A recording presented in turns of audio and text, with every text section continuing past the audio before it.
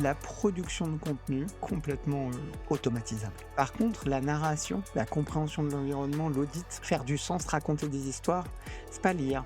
L'IA, elle peut écrire le script, elle peut mettre en lumière, elle peut animer, mais décider euh, ce qu'il faut faire, comment il faut le structurer, ça demande un chef d'orchestre qui peut orchestrer un essaim d'intelligence artificielle qui produit des millions de contenus sous plein de formats, mais il faut quand même ce chef d'orchestre. Bonjour à tous et bienvenue dans AI Experience, le podcast qui démystifie l'intelligence artificielle. Je m'appelle Julien Rodelsperger et nous allons découvrir comment l'IA est en train de changer le monde.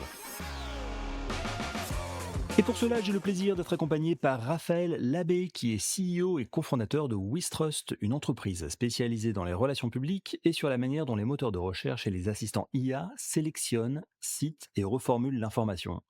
Alors que l'IA générative devient un canal de communication et de recherche très important, on va se demander comment les directions de la communication composent avec cet univers et comment les DIRCOM intègrent l'IA générative dans leur stratégie.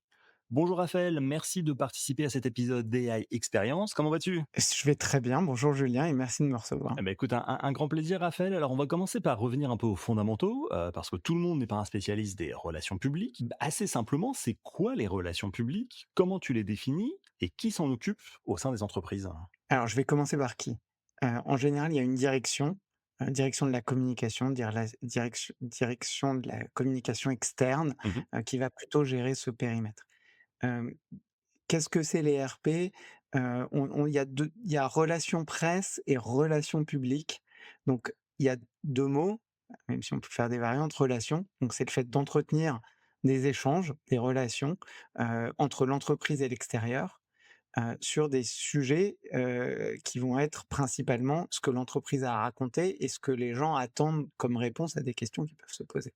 Donc en gros, c'est un métier de narrateur. Mhm. Mon entreprise lance un nouveau produit, bah, je vais devoir expliquer pourquoi on lance ce produit, quel est son sens et je vais devoir rendre ça intelligible pour différents publics. La presse, mais aussi mes partenaires, les affaires publiques, les maires, et puis toi en tant que citoyen ou consommateur. Donc les relations publiques, c'est pas de la publicité, ça c'est important aussi de le comprendre, on ne paye pas. On influence, on explique et on espère être entendu. Moi, je me souviens quand j'ai commencé ma carrière il y a maintenant plus de 20 ans dans le marketing, les RP c'était hyper important. On investissait énormément dessus. Aujourd'hui, j'ai l'impression que c'est un peu moins le cas. En quoi est-ce que les relations publiques ont évolué au cours de ces 10 ou 20 dernières années? Voilà, c'est une question, très bonne, évidemment. Je pense que si on va regarder 20 ans, globalement, parce que 20 ans, Mhm. il y a quelque chose qui change, c'est la désintermédiation et le digital. Donc, si je veux faire simple, dans les années 80, tu étais une marque, tu voulais des nouveaux consommateurs, un nouveau territoire grandir, il fallait que les gens te connaissent. Il y avait 2 moyens, les relations publiques et la pub. En gros, ce qu'on appelle le earned, la li le fait d'être identifié, mais que tu auras gagné par tes propres efforts et le paid, tu as dépensé de l'argent, du coup tu es visible sur un arrêt de bus, à la télé. Voilà, donc c'était les 2 grandes manières. Elles se complètent puisqu'évidemment, en publicité, on va quand même être centré sur le produit, la vente, même si on a un élément de réputation. La manière dont je présente ma marque, mes produits, va jouer sur l'imaginaire. Et puis il y avait les RP. Donc on investissait bah, dans les deux. Ce qui a changé, c'est le digital qui est venu casser tout ça, parce qu'en fait, les RP travaillaient beaucoup en intermédiation. Tu avais des articles de presse, tu étais exposé à travers quelque chose. Et là, on avait un contact direct. Donc, d'une certaine manière, si moi, en tant que marque, je pouvais m'adresser à Julien, parce que Julien me suivait sur Twitter ou sur Facebook ou sur tous ces canaux, j'avais moins besoin que Julien s'intéresse à moi à travers la presse, sauf dans certains domaines très précis. Quand tu voulais des employés, la marque employeur, ça restait un gros sujet. Il fallait que les gens se disent: «Ah non, mais faire carrière dans telle ou telle entreprise, c'est hyper intéressant». On a tous des noms de sociétés qu'on connaît, qui étaient connus pour être des co très formatrices. En conseil, des sociétés comme KPMG, Ernst& Young étaient vues comme des écoles très formatrices. Johnson& Johnson dans le marketing, voilà, il y avait ces entreprises qui avaient cette réputation d'être des écoles après l'école pour apprendre des métiers et d'être excellent là-dedans. Et ça, c'était bâti en grande partie par une forme de relation, publique. Donc la désintermédiation, ça permettait à n'importe qui de dire: «Regardez, vous allez venir chez moi, voilà ce que je vous propose», montrer l'intérieur de l'entreprise. En fait, de se passer d'intermédiation dans la narration. Ça a peut-être un petit peu fait baisser les RP.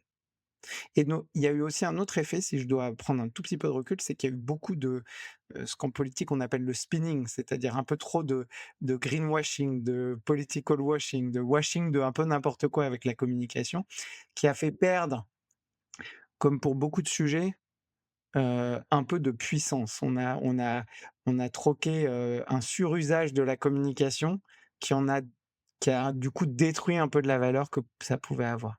Donc je sais pas si je suis pas un expert non plus, mais je pense que ce que tu veux dire par tes sur ce trend sur 10 à 20 ans, pour moi je le je l'attache complètement au digital, aux canaux directs et au fait que, on avait un peu moins besoin de cet intermédiaire. Alors, on va parler d'intelligence artificielle dans un instant, mais Raphaël, comment est-ce que tu penses que les journalistes ont vécu ces changements? Bon, déjà, ils sont nombreux, ils sont de tous bords politiques, ils sont spécialistes ou généralistes. C'est compliqué de les mettre dans un seul tiroir et en plus, ils apprécieraient pas beaucoup mes amis les journalistes si je les je les caricaturais. Mais, il y a eu un vrai intérêt de pouvoir j'ai travaillé pendant, avant de monter cette société Wistrust, j'ai travaillé à l'Express, qui était un groupe de médias avec une vingtaine de titres de presse, et pas mal de titres digitaux. Donc j'ai eu la chance de travailler dans des rédactions numérique et papier de différents, formats, hein. Il y avait un magazine comme L'Étudiant où c'était des plutôt les sujets d'emploi et j'avais, un magazine de cinéma, un magazine, de politique, d'économie, bon, voilà. Ce que j'ai constaté à cette époque-là, qui était le grand boom des réseaux sociaux, du mobile, c'était 2 choses. Un, ils étaient très contents de pouvoir interpeller directement, l'homme politique sur Twitter. Mmh. Et obtenir une réponse. 2, ils étaient contents de pouvoir appeler Julien, parce que Julien avait pris la parole sur un produit qu'il avait adoré ou détesté et de pouvoir, en fait, rentrer en contact avec des gens qui avaient une vraie expérience. Alors qu'avant, le journaliste, il devait te chercher. Il devait chercher Julien qui était le le client insatisfait de telle marque pour pouvoir faire un papier sur telle marque. Là, il y avait un lien direct. Ça, c'est j'ai vu que ça a provoqué chez beaucoup de journalistes vraie satisfaction. Il y avait aussi l'effet inverse, tout le monde parle, ma valeur en a moins. Je suis embêté avec les réseaux sociaux, c'est du bruit, on m'oblige à faire du social. Moi, je veux faire des enquêtes longues, voilà. Donc c'était vraiment mitigé avec des choses très positives, des choses un peu moins positives et là où par contre j'ai toujours senti qu'il y avait un enjeu, c'est, bah, on perd un peu de notre, valeur puisqu'avant on était les seuls qui prenaient la parole, on était les seuls avec le mégaphone et là n'importe qui en a un donc ça il y avait un certains journalistes auraient parlé d'un nivellement par le bas, d'autres d'un voilà, je sais pas comment le formuler bien parce que je veux pas leur mettre de mots dans la bouche, mais on va dire que c'était mitigé, mais pas négatif. Pas négatif parce que ça ouvrait plein de portes, ça donnait de la latitude, ça permettait d'investiguer, ça faisait tomber des barrières, linguistiques, enfin, voilà, il y avait quand même énormément de nouveaux et d'intéressants. Et là, avec l'IA, on franchit un nouveau palier, puisque, ça bouleverse évidemment le monde des journalistes, mais ça bouleverse aussi le monde des relations presse, relations publiques et le travail des directions, de la communication. Pendant longtemps, les RP finalement ça visait surtout les journalistes. Aujourd'hui, les journalistes vont aussi chercher leur information sur des outils d'intelligence artificielle. Comment est-ce qu'on connecte cette évolution technologique de l'intelligence artificielle avec le monde des RP? Est-ce que, faut encore parler aux journalistes quand on est une marque ou est-ce qu'il faut aussi parler à ChatGPT, à Claude, à Gemini et cetera? Mais c'est une très bonne question, mais il y a pas plus d'opposition qu'il y en a eu avec les réseaux sociaux. C'est-à-dire que i tu continues à avoir des lecteurs des Échos ou, je sais pas quel titre de presse tu lis, mais et si tu continues à le lire en papier ou en numérique, probablement plus en numérique, j'imagine, Julien, mais tu continues à être fidèle à une marque média. Mmh. Cette marque média, si tu y es fidèle, c'est que tu apprécies son ton, les sujets qu'elle traite et donc quand ils sont favorables à quelque chose et négatifs envers quelque chose, il y a plus de chances que ça matche avec toi. Donc, à aucun moment, ça ne va changer. On va tous continuer à se nourrir auprès de 1 ou 2 sources qu'on apprécie particulièrement, qui sont notre prisme, notre paire de lunettes. Toi et moi, on porte des lunettes, notre paire de lunettes sur le monde. Ça va pas disparaître, donc il faut surtout pas se dire que on va vers du moins, Mmh. mais comme les réseaux sociaux ou la télé sont venus bouleverser ça, tu te nourris aussi de ton flux Instagram, des voilà. Donc c'est juste que ça complexifie les choses et les IA, à double titre, c'est des nouvelles parties prenantes. Je vais m'informer dans la presse, je vais m'informer sur les réseaux sociaux et maintenant je vais m'informer auprès d'une troisième source qui sont les IA. Donc là, tu vois, on a complexifié les choses. On n'a plus d'un côté les médias, on a les médias sociaux et l'IA, ça fait 3. Mais par contre, un truc qui est, les marques de presse se sont positionnées sur les sites médias et tu peux sur les sites, Mmh. réseaux sociaux, pardon, et tu peux tout à fait te nourrir d'une marque média que tu aimes bien sur Instagram, parce que tu vas la suivre de la même manière. Les IA, c'est un peu différent parce qu'elles prémoulinent tout et elles te les échos n'ont pas, à travers, ChatGPT, accès à toi. C'est ChatGPT qui va lire un média, par exemple, j'en sais rien, le Financial Times, si le Financial Times lui permet d'accéder à ces contenus, ce qui n'est pas le cas partout, donc ça aussi c'est un sujet. Mais il va, s'en servir pour nourrir une information plus large. Donc ce qui change, c'est qu'il y a pas de lien direct, il y a un lien intermédiaire et c'est là, ça où c'est nouveau. Donc c'est pareil, c'est une complexité parce que c'est un élément de plus de diffusion de l'information dans le monde digital, mais la nouvelle complexité, c'est que tu as quelqu'un qui agrège, mélange et une source ou cite juste c'est là où il a pris l'information, mais te donne pas le contenu en lui-même. Et ça, c'est très différent de Google, c'est très différent d'Instagram, c'est très différent de Facebook. Et ça change la donne pour toi, pour les RP, pour les communicants et pour les entreprises. Et on va pouvoir, j'espère, creuser un peu ça, mais c'est pas plus, c'est un nouveau canal, mais c'est un canal qui marche très différemment et qui va venir chambouler les choses. Et c'est d'ailleurs le cœur de métier de Wistrust, donc l'entreprise que tu as fondée. En 2 mots, Wistrust, c'est quoi et ça résout quel problème? Alors du coup, ça va paraître déjà vieux quand je vais dire ça, mais heureusement, on se transforme avec l'IA aussi, donc tout va bien.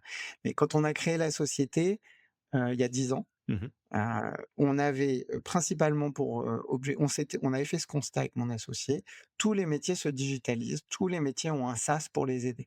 En gros, je suis vendeur, bah, j'ai un CRM, je fais du marketing, j'ai des plateformes d'acquisition et cetera. Tout le monde a un outil pour gérer le digital qui l'aide à piloter ce qu'il fait et les communicants, ils continuent à travailler avec Word, un Rolodex, un email et ils avaient pas d'outils.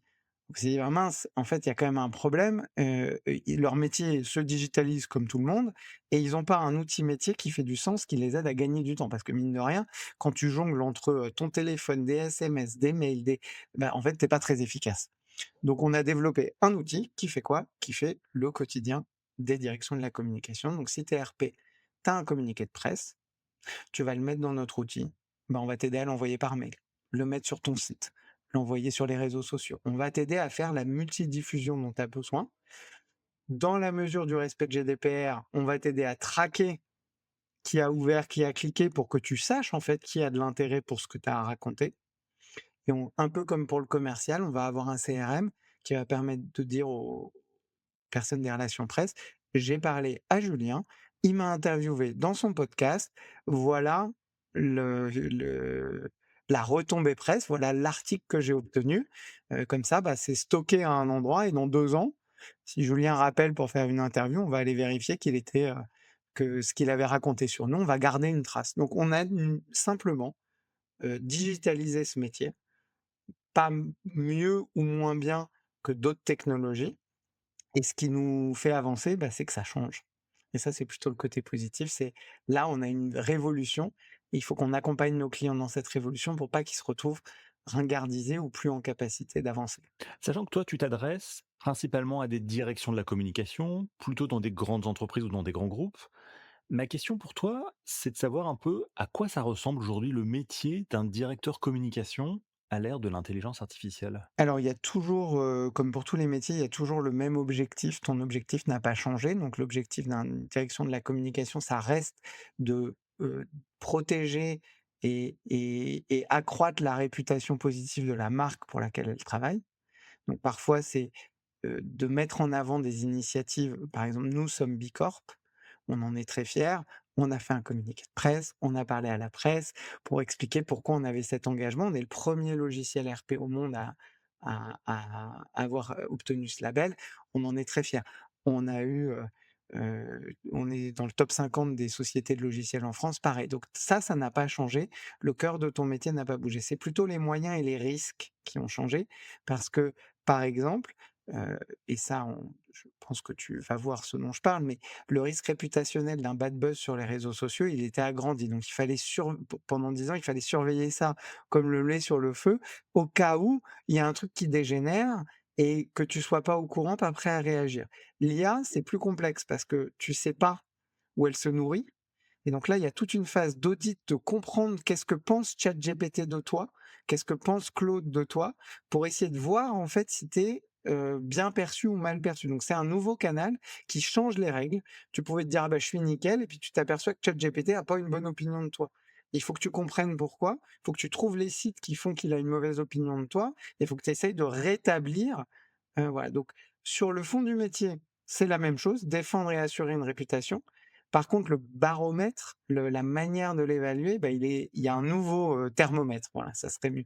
Il y a un nouveau thermomètre qui est qu'est-ce qu'en pense Claude, ChatGPT, et donc ça, c'est un nouveau challenge qui fait que tu es obligé aujourd'hui, quand tu es DIRCOM, de t'intéresser à toutes ces problématiques-là, mais c'est pareil quand tu es marketeur. Si tu veux vendre quelque chose aujourd'hui, tu peux pas te dire que ton client, il va pas aller poser des questions à un outil de LLM avant de faire un achat. Il va pas comparer le produit A et le produit B. Bah, c'est un peu pareil avec les relations presse, les relations publiques. Si tu cherches un emploi, tu vas peut-être lui demander: «Est-ce que ça vaut le coup d'aller bosser pour telle société?» Si tu t'apprêtes à acheter une action en bourse, tu vas peut-être aller demander à ton LLM ce qu'il en pense. Donc tout ça, ça devient un nouveau challenge, qui révolutionne non pas l'objectif, mais les moyens du métier. OK. Alors, je sais que tu vas pas me dire de mal des directeurs communication parce que c'est tes clients, mais j'aimerais quand même poser une question. C'est que quand je parle à mes différents invités, on me dit en général, l'IA menace 2 grands secteurs, 2 grands métiers dans les entreprises, c'est le marketing et la communication, qui sont qui pourraient facilement être automatisables, qui pourraient facilement être reprogrammables à l'ère de l'IA. Qu'est-ce que tu en penses? Est-ce que le métier du DIRCOM est encore un métier d'avenir? Est-ce qu'il est potentiellement menacé ou transformé, transformable par l'intelligence artificielle? La production de contenu, et je vais être 100 d'accord avec, ce que tu cites Julien, est complètement, automatisable. Par contre, la narration, la compréhension de l'environnement, l'audit, faire du sens, raconter des histoires, c'est pas l'IA. L'IA, elle peut écrire le script, elle peut mettre en lumière, elle peut animer, mais décider, ce qu'il faut, faire, comment il faut le structurer, ça demande un chef d'orchestre qui peut orchestrer, 1000, un essaim d'intelligence artificielle qui produit des millions de contenus sous plein de formats, mais il faut quand même ce chef d'orchestre. Donc je suis d'accord, le métier est bouleversé, plutôt dans sa partie production que dans sa partie réflexion, et la partie réflexion, elle, est tellement complexifiée que je pense qu'il y a plus de boulot nouveau dans la partie réflexion qu'on en perd dans la partie production. D'ailleurs, Gartner a sorti ses prédictions, tu sais, tu connais Gartner, voilà, donc ils ont sorti leurs prédictions 2026 et ils l'ont fait pour différents métiers, et pour la communication, ils prévoient un doublement des budgets. D'accord. La raison étant que ce qu'on perd en production, mais en gros, une grosse société va produire 3, 4 communiqués par mois. Donc on parle de peut-être quoi? 15 heures de boulot? 20 heures de boulot? On perd 20 heures de boulot et on gagne une complexité multipolaire avec une boîte noire. C'est comme si tu as connu cette révolution, c'est le SEO et Google, ça a créé des milliers d'emplois. Bah, le GEO, c'est-à-dire l'optimisation pour les LLM, et la visibilité dans les LLM, ça va créer des milliers d'emplois. Donc les communicants, a priori, vont un peu avoir un métier qui change, mais ils vont devoir rester des chefs d'orchestre, des gens qui prennent le pouls et la température de la perception de la réputation de leur entreprise. Donc je les vois pas comme condamnés. Par contre, si tu t'adaptes pas et que tu considères que ton métier, c'est produire du communiqué de presse, sans être méchant avec eux, mais je pense que là, par contre, ton job est condamné. Donc c'est plus un vrai changement de nature qu'un risque sur le métier en lui-même. Je crois pas à une disparition. Honnêtement, arriver à expliquer une société, j'en sais rien, comme, Netflix, Warner Bros, tu vois? Tous ces qui étaient dans cette bataille-là, Paramount, pour les achats des uns des autres. Bah, si tu veux convaincre tes actionnaires, que ça fait du sens de racheter une entreprise concurrente, il faut savoir raconter une histoire. Il faut vendre un projet. Ça, c'est un job de communicant et de dirigeant, et ça disparaît pas. Tu disais à l'instant, Un directeur communication ou des professionnels de la communication doivent s'adapter pour utiliser notamment les outils d'IA. Comment on fait ça? Est-ce que c'est simplement, on déploie un nouvel outil, on voit ce qui se passe? Est-ce que ça veut dire se former? Est-ce que ça veut dire quoi? Changer de mindset, d'état d'esprit? Comment est-ce qu'on adapte la direction de la communication à l'intelligence artificielle? On pratique parce que, quand même, il y a rien de mieux que de pratiquer. Donc déjà on pratique, ça c'est ce que je propose à mes clients, de manière peut-être simpliste, mais on s'y met. Mais il faut pas se rester derrière et avoir peur, ça c'est vraiment très important je pense. Donc pas attendre d'être prêt, parce qu'en fait on sera jamais prêt, c'est ça? Faut vraiment mettre les mains dans le cambouis, quoi. Soyons clairs, même moi qui suis dedans toute la journée, il y a pas un mois où je me dis: «Tiens, ce que j'ai appris le mois dernier, c'est déjà un peu ringard». Donc si tu veux, ça permet aussi de se détendre par rapport à la pérennité du savoir qu'on est en train d'acquérir. On est en train d'apprendre à apprendre l'IA plutôt que réellement apprendre l'IA, parce que ça fait des sauts, voilà. Sauts qui facilitent l'accessibilité d'étape en étape. C'est plus facile de travailler avec Claude que ça n'était de travailler avec ChatGPT il y a 1 an. Donc ça va en se simplifiant. Par contre, on commence à se former une structure mentale. Donc moi, ma première recommandation, c'est mettez les mains dedans tous les jours et essayez de le faire sur les missions qui sont les vôtres. Posez à l'IA les questions que vous vous posez à vous-même. Voyez si quelles sont les questions sur lesquelles vous êtes convaincu et quelles sont les questions sur lesquelles vous trouvez que c'est pas convaincant. Ça va changer parce que dans 1 an, ce qui était pas convaincant aujourd'hui sera peut-être convaincant, mais au moins vous comprenez où est-ce que l'IA a un rôle à jouer dans votre quotidien et vous délimitez la zone qui est encore vous est réservée à vous humains, la zone où vous pouvez collaborer avec le robot. Je pense que c'est vraiment le plus essentiel et puis, bah, 2, on en a parlé, pour moi, c'est comprendre ce que ça veut dire d'avoir, 4 nouvelles parties prenantes. Que sont ces 4 ou 10 d'ailleurs. J'ai fait un parallèle l'autre jour en répondant à un commentaire sur LinkedIn. On est passé d'un monothéisme, Google, le SEO, un seul Dieu, tout le monde qui le révère, et qui tu vois, qui arrive et qui se met ses offrandes sur l'algorithme, de Google à, un polythéisme où, maintenant les nouveaux dieux, pour les marketeurs et le communicant, bah, c'est Claude, c'est ChatGPT, c'est DeepSeek, c'est voilà et donc en fait, on a un changement quand on passe du monothéisme au polythéisme ou dans l'autre sens, c'est un changement culturel pour nos industries de marketeurs et de communicants qui est essentiel donc il faut que m mes clients et les communicants en général accepte que c'est une rupture majeure, qui demande de ne pas rester dans sa routine habituelle et ça veut dire, changer d'habitude, recruter un jeune aussi qui est plus branché, qui va te challenger, accepter de l'écouter. Enfin voilà, comme d'hab quoi, ça bouge. Si on reste statique, on est mal barré. Si on se met en mouvement, il y a pas de raison que les compétences qu'on avait avant, on les adapte pas au monde technologique, de demain. Et justement, tu disais, un des points importants pour les directions de communication, c'est mesurer leur présence dans les réponses des outils d'intelligence artificielle. Alors, moi, c'est un sujet auquel je suis très exposé en tant que marketeur aussi. Il existe des outils, mais est-ce qu'ils sont efficaces? C'est difficile à dire parce que les algorithmes des LLM, ça ressemble quand même beaucoup à une boîte noire. Comment est-ce que une direction de la communication peut faire pour avoir des indicateurs de performance clairs quand on parle de mentions dans les moteurs d'IA? Alors, 2 choses et là, j'ai une réponse précise et tu vois, il y a des choses où je suis pas certain, mais là, c'est assez clair pour moi et j'espère que ça t'éclairera aussi. Heu, la 1 chose, c'est qu'il faut bien la manière d'interroger compte énormément. Donc si tu t'interroges avec un miroir, déformant positivement ou négativement, mais que tu te regardes toi-même, c'est pas très utile. Donc il y a vraiment pour moi 3 étapes, enfin 3 grandes briques et on a fait un partenariat avec une société qu'on apprécie beaucoup qui fait de l'audit du monitoring qui s'appelle GetMint.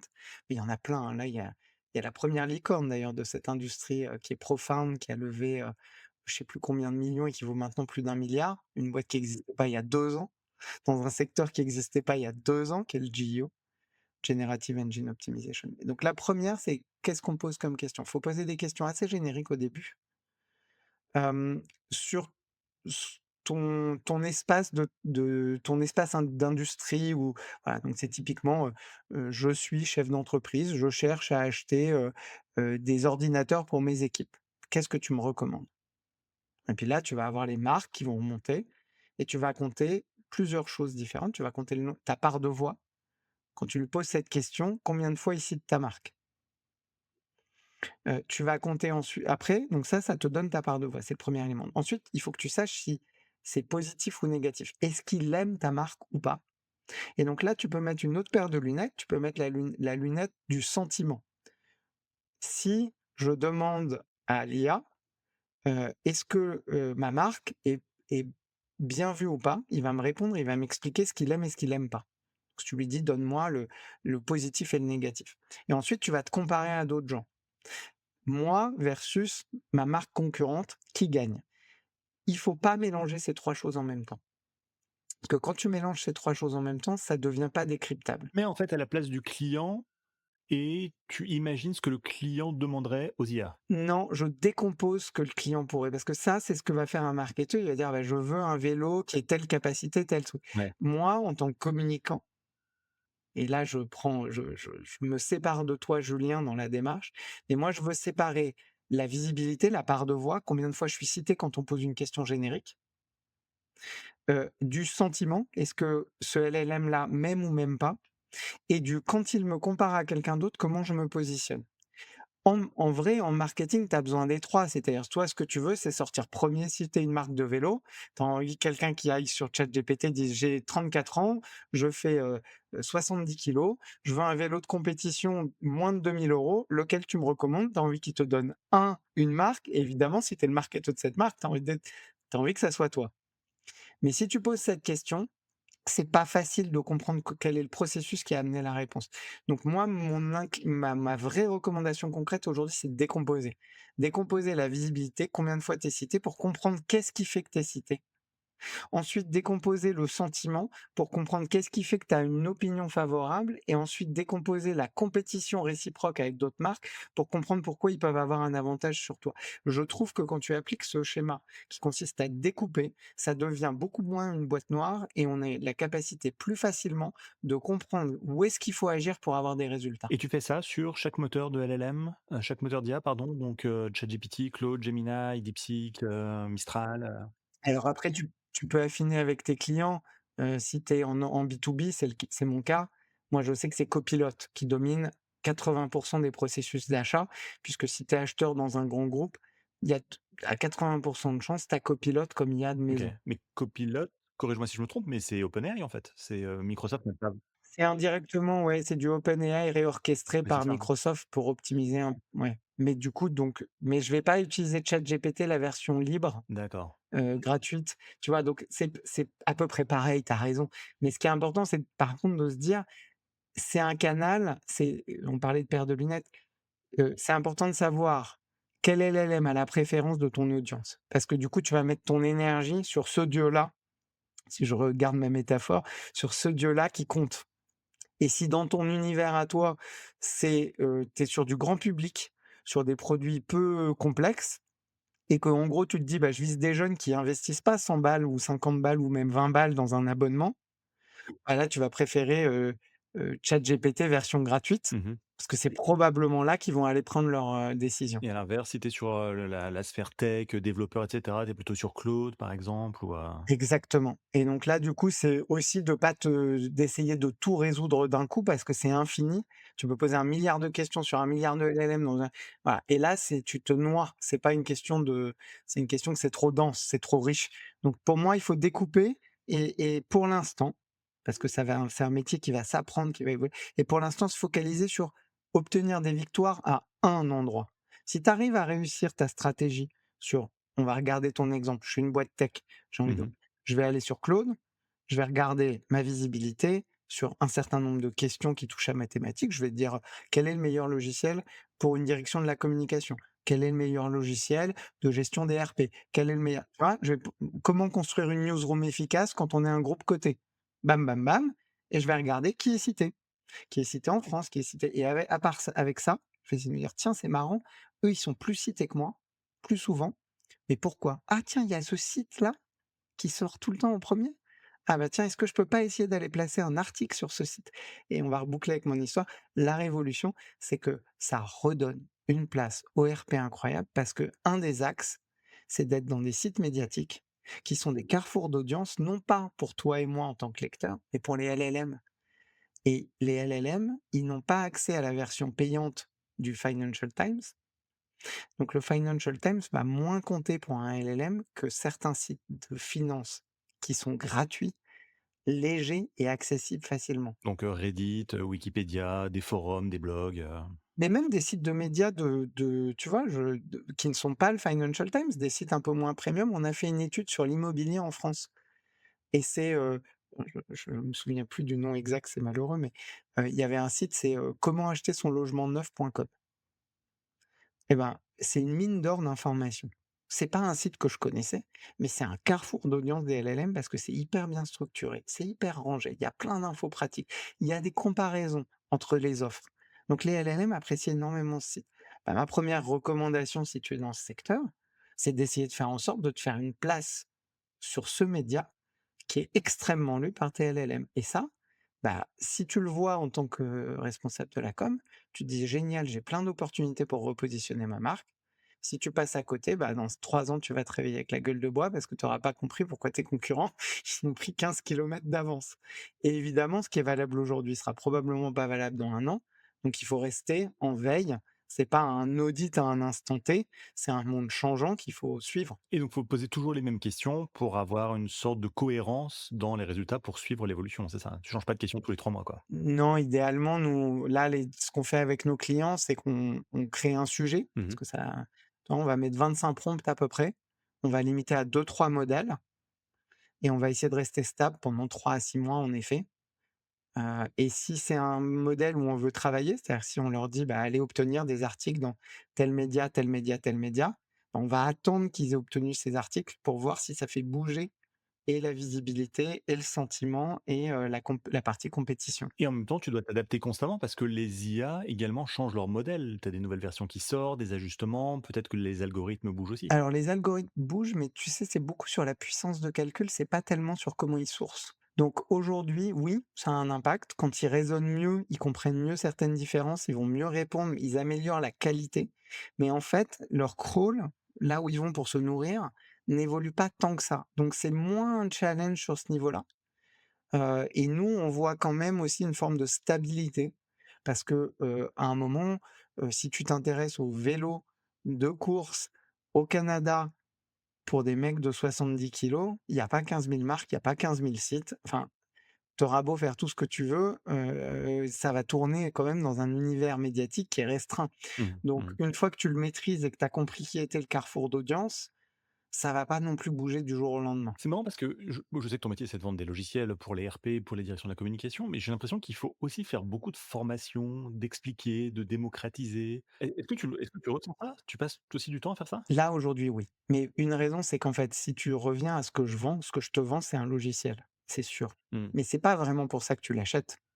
Tu l'achètes pour gagner du temps et être performant. Si l'IA me permet d'optimiser mes processus à l'intérieur de mon logiciel, ce que nous faisons aujourd'hui, je te fais gagner plus de temps.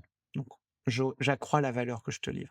Et si je t'aide en te formant à comprendre comment surperformer tes concurrents, bah, je t'aide aussi dans tes résultats. La probabilité que je te garde comme client Julien si j'ai fait ça, elle est bien meilleure que si je t'ai pas accompagné. Donc pragmatiquement, tu as raison.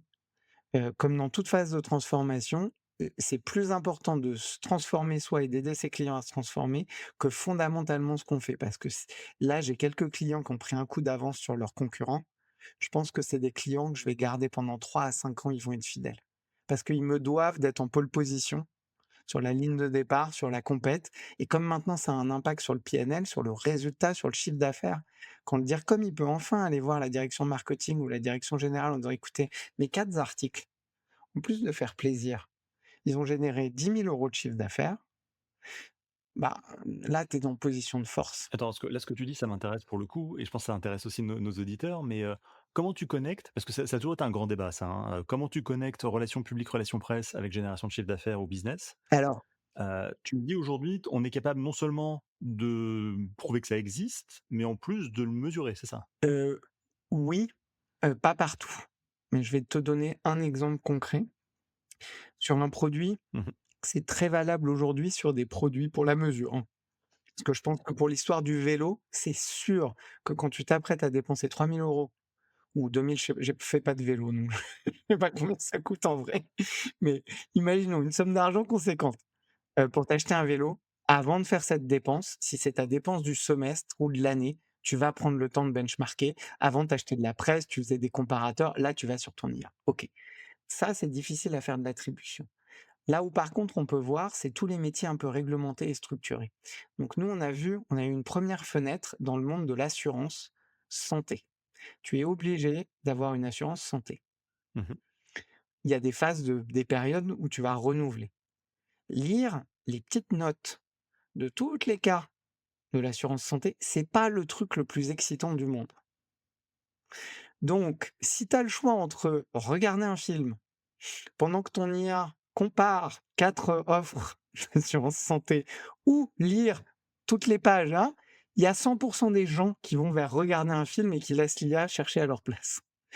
Donc tu as un environnement où en fait, si tu vois au moment des renouvellements, il y en a beaucoup, par exemple aux Pays-Bas où je vis, c'est le cas au 31 décembre. Bah, si tu vois que tu perds des parts de marché à un instant donné dans l'année et de manière beaucoup plus nette que les autres années, et que cette année il y a l'IA, tu peux être à peu près sûr qu'il y a une corrélation forte entre ce changement, ces choix et les transactions. Donc pour faire simple, en gros, dans des métiers très contraints où il y a des périodes de renouvellement, on voit déjà maintenant des changements très clairs. Les gens ont été demandés. Aux Pays-Bas, tu dois changer avant le 31-12 et ta nouvelle police est active au 1er janvier. Ben, il y a des acteurs qui ont pris des grosses boosts de parts de marché et d'autres qui en ont perdu. Je peux pas te démontrer que c'est 100 l'IA parce que c'est pas 100 l'IA. Mais l'IA a eu un rôle extrêmement fort. Il Ouais, y a un parce que impact en tout cas, ouais. personne n'a envie de passer 4 heures à lire truc et à se dire: «Attends, je vais peut-être avoir un problème de dentaire, alors je vais comparer les». Non, ça personne fait ça existe pas, c'est le métier le enfin voilà. Donc pour le vélo, je sais pas, mais comme je le vois dans l'assurance santé et dans des produits techniques avec des fenêtres de changement, je suis à peu près sûr qu'on va arriver à le faire. Après, ça résout pas ton problème d'attribution demain, qui est un enjeu du marketing qui a toujours été là. Ça, je peux pas te le dire. Est-ce que c'est la com? Est-ce que c'est le marketing? Est-ce que c'est, voilà, à qui on doit quoi? J'en sais rien.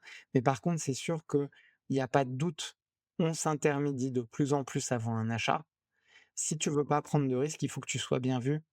Donc il faut qu'un LLM t'apprécie. Pour qu'un LLM t'apprécie, il faut que tu aies un bon site qui raconte tous tes avantages clients, qui permettent au LLM de savoir quelles sont tes forces. Mais il faut aussi que tu aies une bonne réputation parce que les LLM, ils te sourcent des réponses basées sur des articles de presse, la plupart ou des forums ou des sites d'avis. Mais quand ils te donnent un lien pour te donner quelque chose, c'est des sources tiers, c'est pas le site de la marque. Sur la marque, ils vont prendre le vélo fait 140 fait 1 kg, 1,8 kg. OK, c'est un fait, c'est le site de la marque qui me le donne, j'en ai besoin. Est-ce que c'est bien par rapport aux concurrents?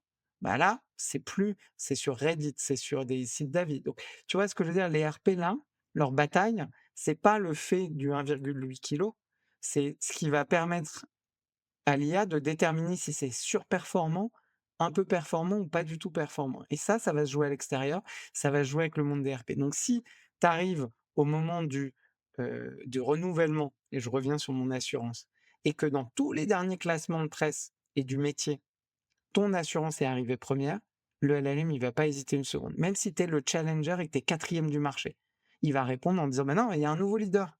Tout le monde est d'accord, il est premier. Donc c'est chez lui que tu dois aller». Ouais, donc à ne pas sous-estimer en tout cas l'impact et la puissance des LLM, dans la prise de décision. Dernière question pour toi Raphaël, quelle est la pire erreur qu'une marque pourrait faire si elle veut être bien représentée dans les réponses des IA? Tu sais, parfois on a des comme ça des actions un peu instinctives du directeur de la communication qui dit: «Si, si, mais je connais, j'ai vu, j'ai lu un article, un truc, on va faire ça». Sauf qu'en fait ça marche pas du tout. La première chose, c'est d'être, dogmatique là aujourd'hui. Nous, je mène ce travail d'accompagnement avec plusieurs marques. J'ai pas une technique qui a performé chez tout le monde. D'accord. Donc si tu lis quelque chose, quelqu'un, qui te dit: «Faites un truc», il faut pas y aller à fond, faut tester sur une petite zone. Et c'est pas je sais pas s'il a raison ou tort, mais ce qui est sûr, c'est qu'il ne faut pas faire de changements brutaux. Il faut faire de l'A/B testing, voilà. Pourquoi? Parce que c'est comme le SEO pour moi. Il y a eu une époque où truffer sa page de mots-clés en blanc sur blanc, ça performait. Du jour au lendemain, c'est devenu un fardeau où Google avait, te pénalisé de ouf. Donc il y a un équilibre à trouver entre je game le système et je gagne des parts, mais je reste intègre et donc je sais pas où il est ce curseur et il dépend de chaque LLM. Donc moi, mon point, c'est vraiment en fonction de la stratégie, en fonction de l'audit, de commencer une phase de transformation progressive et typiquement, tu obtiens 4 articles sur des médias que tu avais identifiés avec notre stratégie, de médias qui sont des carrefours d'audience nouveaux pour les LLM. Tu vois un impact, bah vas-y, tu es all-in, tu mets toute ton énergie et tu continues et tu insistes. Si tu en obtiens 4, ça ne bouge pas, il faut interroger la méthode. Donc j'ai aucune certitude à part ne pas prendre de décision drastique qui consisterait à tout bouger d'un coup, parce que si ça va dans l'autre sens, si le vent tourne, t'as pas envie d'être attrapé avec ton pantalon sur tes chevilles et un peu coincé avec une stratégie qui était pas la bonne.